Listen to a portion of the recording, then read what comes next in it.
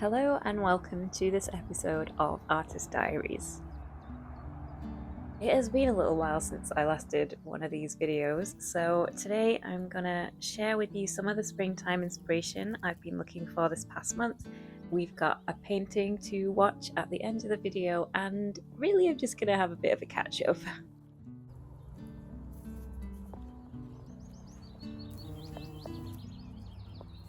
I've talked about this before in previous videos, but I do find that trying to find the time for painting can be a bit of a balancing act, especially when you have a regular job and there are other things that you also want to do in your time off. It's not always easy trying to find the time to make the art you want to make. And I've definitely found that that has been the case this springtime. Usually in the winter, I'd be able to do one of these Artist Diaries episodes each week, and that worked out pretty well. But now the spring has rolled around and the weather has been pretty nice, I have found that every opportunity I have where I could potentially be painting, I have decided to go out instead and look for wildlife. So when I finish work for the day or if I have a day off, my priority is just getting outside and making the most of the springtime. And as lovely as that has been, it has meant that I have not been as productive paint wise as I otherwise might like to be. I've still been filming things with the intention of making these videos. I've just found that at the end of the day, I haven't had any time to actually do anything with the footage. So I've not really been doing as many paintings, and I definitely haven't had the time to edit as many videos together. So I decided that we would just do a bit of a spring compilation so that you will get to see some of the lovely things that I've been out looking for this past month, because soon it will be summertime and I still want to be able to use this lovely springtime video footage, so we're going to make the most of it in this video. Initially, I was feeling a little bit guilty about my lack of painting progress, but I've come to think of it a slightly different way now, because being an artist isn't just about painting. I know that's obviously a large part of being an artist, but it's not the only part. There's also taking the time to get inspired, come up with ideas, go out and find reference material, and really that's what I'm doing at the moment. So yeah, I'm not painting as much as I would like, but I am collecting a whole stockpile full of images and video footage that I'll hopefully be able to use for a long time and create many paintings from. When I first started oil painting, I used a lot of royalty-free reference images, and I also used some images from my friends who were photographers who didn't mind me using their photos for my work. And I enjoyed doing that, but I always wanted to be able to paint from my own references. And at the time, I didn't really have any.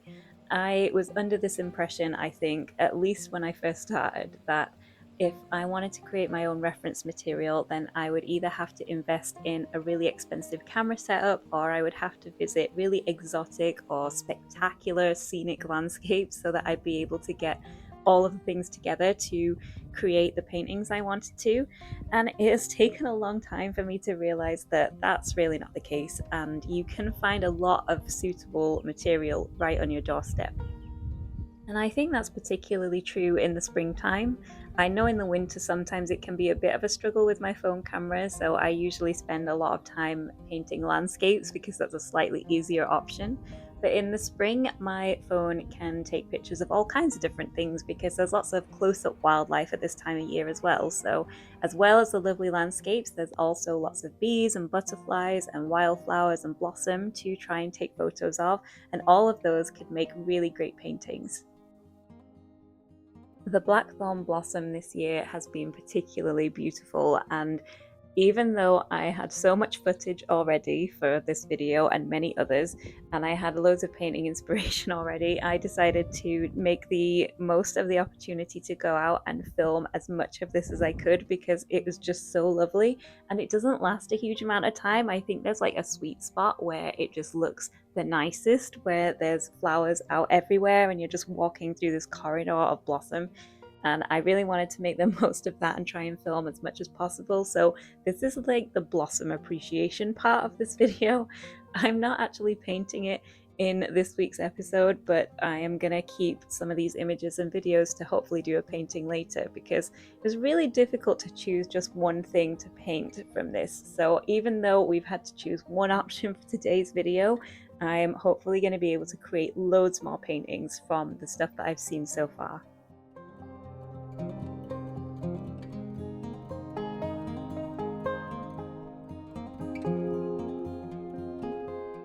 So deciding what I was going to paint was a bit of a challenge this time around, but I eventually settled on painting a butterfly.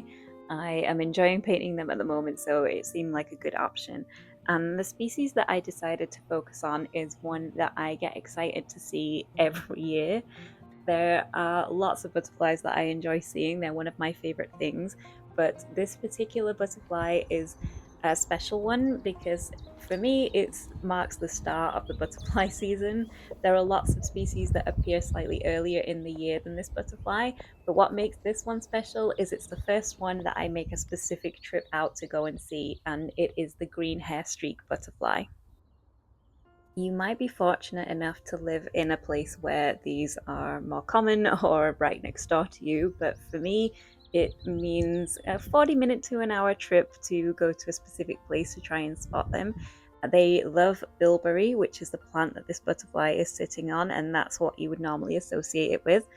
And they are very difficult to spot because they are obviously very well camouflaged, as you can see from this video. They look exactly like the plant they like to sit on. A good way of trying to spot these is waiting for them to fly around. You might notice something that looks a little bit like a moth because the inside of their wings are more brown, so you see little flashes of green and brown as it's flying, and then you've got to try and figure out where it's landing, because trying to see them when they're sitting still is a lot more difficult. And when they have landed, this is what you are likely to see. They don't sit with their wings open, so you just see the lovely green shine of the outside edges of their wings, which is just so lovely and makes them a great subject to paint.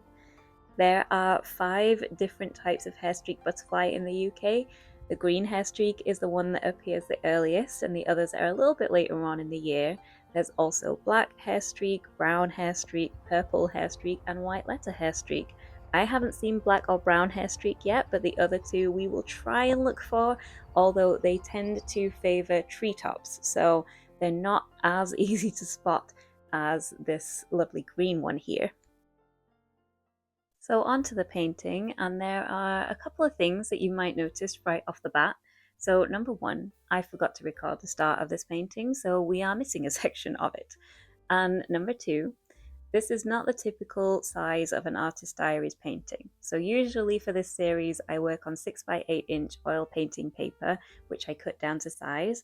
This time around, I'm working on a 4 by 4 inch square of oil painting paper, and I've drawn an oval in the middle, and that's what I'm working on. And that is because I want to put this in an oval frame. And the one that I have ordered is 2 by 3 inches, I believe. So 3 inches tall and 2 inches at the widest point of the oval. And so that is what I'm working towards. And I'm kind of hoping for the best that it fits. So I guess we'll find out when the frame arrives, and hopefully it's a nice surprise and it fits lovely. And yeah, we'll just see how it goes. And there is a reason for this change, and that is because I wanted to start creating some paintings that I might actually sell, which would be a nice idea for an artist to sell their paintings. I typically sell commissions, but it's been a while since I put any original paintings up for sale, and I wanted to change that. So with Artist Diaries, typically the paintings I do, I keep for myself. They are studies that remind myself of the day, and I like to keep them because I can look back and remember all of the different day trips, and they make a nice little nature diary when you put them all together. But I would like to start moving on from that, and yeah, I'll still do some studies because I enjoy them and it's nice painting for yourself, but I also want to start building up a bit more of a body of work, not only to sell but also to potentially start looking at galleries, because it would be lovely to have my work in a gallery one day, and that's never going to happen if I don't actually make any paintings for sale. I think over the years I've definitely found myself in a little bit of a comfort zone with these practice paintings, and I think that is just because they take the pressure off painting. When you are doing a painting study, you are essentially saying that it doesn't really matter what the end product looks like, because the important part of this painting is the practice. It's the work that you're putting in and the chance you're getting to experiment and try new techniques, but you're getting rid of that expectation that you need to be creating this wonderful work of art. It's all about the process. And I have found that very enjoyable. It's also very freeing. And so I found myself kind of stuck in this comfort zone of repeating that and just doing lots and lots of painting studies. And I think it's time to branch out a little bit and to start creating some original paintings that I could actually sell. I do commission work and I have sold original paintings before, but they tend to be quite sporadic. I will upload some to my Etsy shop every now and then months or sometimes even years will go by before I will put anything else on there. And that really needs to change because it is not the best business strategy for an artist to never have any work for sale. So in this video, I decided I would focus on a different type of painting, a slightly more finished painting, and something that I do intend to actually do something with. And so here we have this lovely little green hair streak, which marks the start of a new chapter in my art business. That being said, I'm not going to get rid of painting studies altogether. I will still be doing them, but I will also be doing more paintings that are a little bit more finished as well.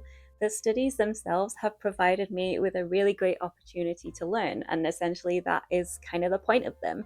Through doing all of these practice paintings, what I have learned is that I enjoy painting on a small scale. I've learned how I like to paint, the techniques I like to use, the surface I like to paint on. So all of that's really useful for then creating some more finished pieces at the end. Learning about my preference for painting in miniature has definitely given me some ideas and direction for how I would like my work to go beyond this point. And working on this small scale is something I definitely like to explore a little bit more. I know that it is a little bit more niche than painting on a regular size, but I definitely think there is a place for miniature paintings. For me, the thing I really like about them is just how detailed you can get it to look, how much you can put into a really small piece. I like how delicate it looks and how dainty the finished product is. I think tiny paintings feel a little bit more personal because to really appreciate this painting, you have to get pretty close up and see it kind of one to one. You're not going to be viewing this from a few feet away while it's on the wall. You're really going to have to get up and look at it properly to see the detail.